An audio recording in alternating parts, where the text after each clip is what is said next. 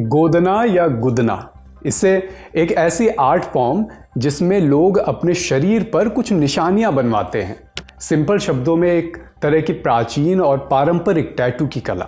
छत्तीसगढ़, मध्य प्रदेश, बिहार, झारखंड, ओडिशा जैसे राज्यों में गोदना न केवल सुंदरता का पर्याय है बल्कि सांस्कृतिक पहचान, सुरक्षा और आध्यात्मिक महत्व का भी एक बड़ा प्रतीक है।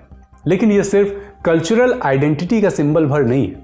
ब्रिटिश दौर में गोदना कई दफ़ा पहचान छिपाने या सौंदर्य कम करने के लिए भी इस्तेमाल हुआ है। ओडिशा के कंधमाल पहाड़ियों में रहने वाली कौंधा जनजाति की महिलाएं गोदना जैसे ही टैटू पूरे शरीर पर इसलिए बनवाती थी ताकि वो जमींदारों और ब्रिटिशर्स के यौन शोषण से बच सकें।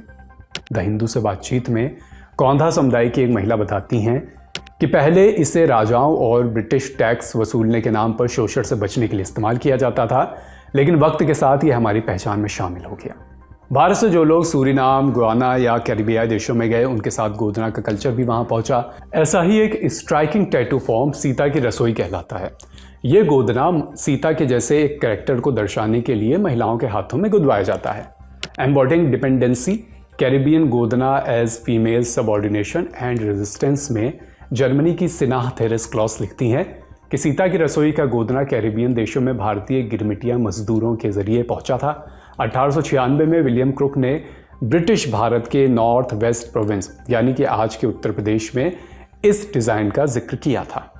बदलते वक्त के साथ गोदना में कमी आई है और अब ये आइडेंटिटी की जगह एक आर्ट फॉर्म के तौर पर ज़्यादा फल फूल रहा है। इस दौर में अलग अलग तरह के टैटू लगातार प्रचलित हैं। कोई संस्कृत श्लोक अपने हाथ पर या शरीर के किसी अंग पर टैटू बनवा रहा है, कोई नियो ट्रेडिशनल टैटू बनवा रहा है। ये सब आजकल कूलनेस की निशानी है।